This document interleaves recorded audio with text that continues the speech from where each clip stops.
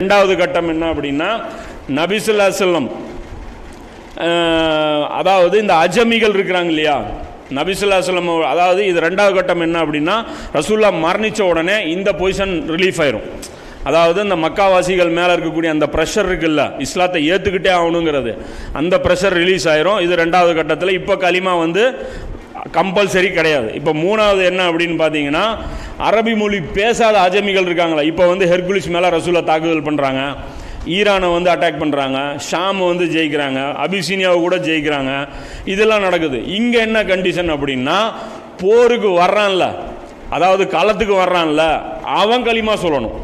அதாவது அவன் ஊரில் இருக்கிறவன் எல்லாரும் களிமா சொல்லணும்னு அவசியம் கிடையாது. சண்டைக்கு வந்துட்டவன் களிமா சொல்லிட்டா அவனை விட்டுறணும். அந்த களிமாவும் பார்த்தீங்கன்னா ஈமானிய களிமா கிடையாது.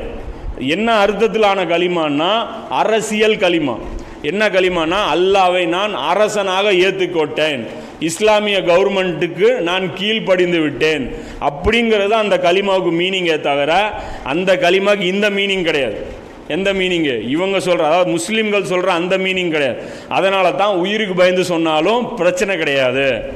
உயிருக்கே பயந்து அவன் சொன்னாலும் அது ஒரு மேட்ரு கிடையாது. ஏன்னா நமக்கு தேவை அந்த ஊரில் அல்லாஹ்வுடைய சட்டங்கள் நிறைவேற்றப்படும். அதோடைய அர்த்தம் தான் லா இலாஹா, அல்லாவை நாங்கள் கட்டளையை போடக்கூடியவன், நாங்கள் அக்செப்ட் பண்ணிட்டோம், நாங்கள் முகம்மதையும் ஏற்றுக்கிட்டோம், அதாவது அல்லாவும் அல்லாவுடைய தூதர் சொல்கிற சட்டங்கள் நாங்கள் அக்செப்ட் பண்ணிட்டோம் அப்படின்னு. அப்படி அக்செப்ட் பண்ணிட்டா அவங்க காஃபிராகவே இருக்கலாம், பிரச்சனை கிடையாது. ஆனால் விபச்சாரம் எங்களுக்கு ஒரு பாவம் இல்லை, நாங்கள் விபச்சாரம் பண்ணுவோம்னா தண்டனை கிடைக்கும் அவனுக்கு. அதாவது ஒருத்தன் திருமணம் பண்ணிட்டான், ஆனால் அவன் விபச்சார விடுதி வச்சு நடத்துகிறான். இப்போ இந்த இடத்துல நான் காஃபிருப்பா, எங்கள் மதத்தில் விபச்சாரம்லாம் பாவம் இல்லைப்பா, இல்லை தேவதாசி மாதிரியான ஒரு செட்டப் இருக்குது, தேவதாசின்னு இருக்குல்ல இந்து மதத்தில், அந்த மாதிரி ஒரு செட்டப் இருக்குது அப்படின்னாலும் எடுபடாது. அதாவது அல்லாஹ்வுடைய சட்டம் தான் அந்த ஊருடைய சட்டமாக இருக்கும். அதுதான் வந்து இங்கே ரசூலுல்லாஹ் அதாவது இந்த ஷாமுக்கும் இந்த இது இருக்குல்ல கிஸ்ராவுடைய அந்த கவர்மெண்ட்டு, இந்த பகுதிக்கெல்லாம் இது சட்டம். அதே மாதிரி காஃபிர்னு சொல்லி இவன் சாராயம் குடிக்க முடியாது, சாராயம் குடித்தா இவனுக்கு சவுக்கடி கொடுக்கப்படும். அதே மாதிரி காஃபிர்னு சொல்லி திருட முடியாது, திருடுனா கை வெட்டப்படும். காஃபிர்னு சொல்லி வட்டி கடை நடத்த முடியாது, வட்டி கடை நடத்தினா அதுவும் தடை செய்யப்படும். அப்போ இந்த மாதிரியான சட்டங்களுக்குள்ளே இவன் வந்துடுவான். ஆனால் மத ரீதியிலான உரிமை இருக்குல்ல இவனுக்கு ஃபுல்லாக இருக்கும்.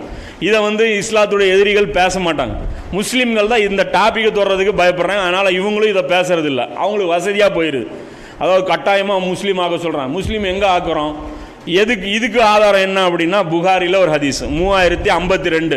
ஏன்னா நம்முடைய குலஃபா ராஷிதீனில் ஒரு ஆள் உமர்லியானு சொல்கிற இந்த ஹதீஸு முக்கியமான ஹதீஸு. என்ன சொல்கிறாங்க அப்படின்னா அல்லாஹ் எனக்கு பின் வரும் கலிஃபாவுக்கு மரண தருவாயில் சொல்கிறாங்க, எனக்கு அப்புறம் ஒரு கலிஃபா வர்றீங்கல்ல அவங்களுக்கு நான் அட்வைஸ் பண்ணுறேன், அல்லாவின் பொறுப்பிலும் அவனுடைய தூதர் பொறுப்பிலும் உள்ள முஸ்லீம் அல்லாதவர்களின் ஒப்பந்தங்களை முழுமையாக நிறைவேற்ற வேண்டும். அல்லாஹ்வுடைய பொறுப்பில் அவனுடைய தூதருடைய பொறுப்பில் யார் இருக்கா, முஸ்லீம் அல்லாதவன் இருக்கானா, அவனுக்கு கரெக்டாக நீங்கள் வந்து உரிமைகளை கொடுங்கிறார். அதாவது களிமாவை சொல்லலைன்னா கொல்லப்படுவானா, அவன் எப்படி முஸ்லீம் அல்லாதவனாக இருப்பான், அப்போ அவனுக்கு உரிமைகள் கொடுக்கப்பட்டிருக்குங்கிறார். சொல்லிட்டு சொல்கிறார் அவர்களை பாதுகாக்க போரிட வேண்டும். பாருங்க, அவனை காப்பாற்றுறதுக்கு உயிரை கொடுங்கிறாங்க.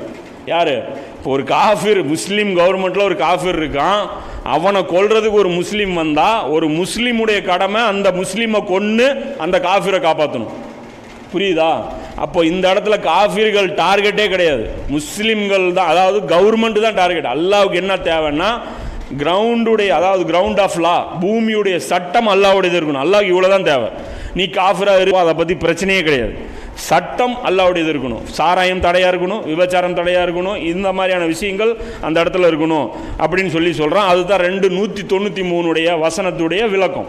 என்ன சொல்கிறாங்க, கலகம் நீங்கி மார்க்கம் அல்லாவுக்கே ஆகும் வரை, அதாவது அல்லாஹ் ஒரு பேச்சு பேச அவனை எதிர்த்து யாரும் பேசாத ஒரு நிலைமை வர்ற வரைக்கும் நீங்கள் அவர்களுடன் போரிடுங்கள். கலகம் நீங்கிடணும், மார்க்கம் தீனு அல்லாஹ்வுக்குரியதாக ஆயிடணும். அப்படி ஆகிற வரைக்கும் நீங்கள் சண்டை போடுங்க. ஆனால் அவர்கள் ஒதுங்கி விட்டால் விட்டு விடுங்கள். அவங்க போரிலிருந்து ஒதுங்கிட்டாங்க அப்படின்னா அவங்கள விட்டுருங்க. அக்கிரமக்காரர்களை தவிர வேறு யாரையும் பகைத்து கொள்ளக்கூடாது. இந்த மாதிரி சண்டைக்கு வாலண்டியராக வர்றான்ல, அரசியல் உரிமை அல்லாவுக்கு தரமாட்டேன், மனிதர்கள் தான் ஆட்சி பண்ணுவாங்கன்னு வர்றான்ல, அவனைத்தான் நீங்கள் டார்கெட் பண்ணணும் அப்படின்னு சொல்கிறாங்க. இது வந்து 293 சொல்கிறான் அல்லாஹ். அப்போ கலிமாவுடைய கான்செப்ட் இதுதான். இது நல்லா புரிஞ்சுக்கணும்.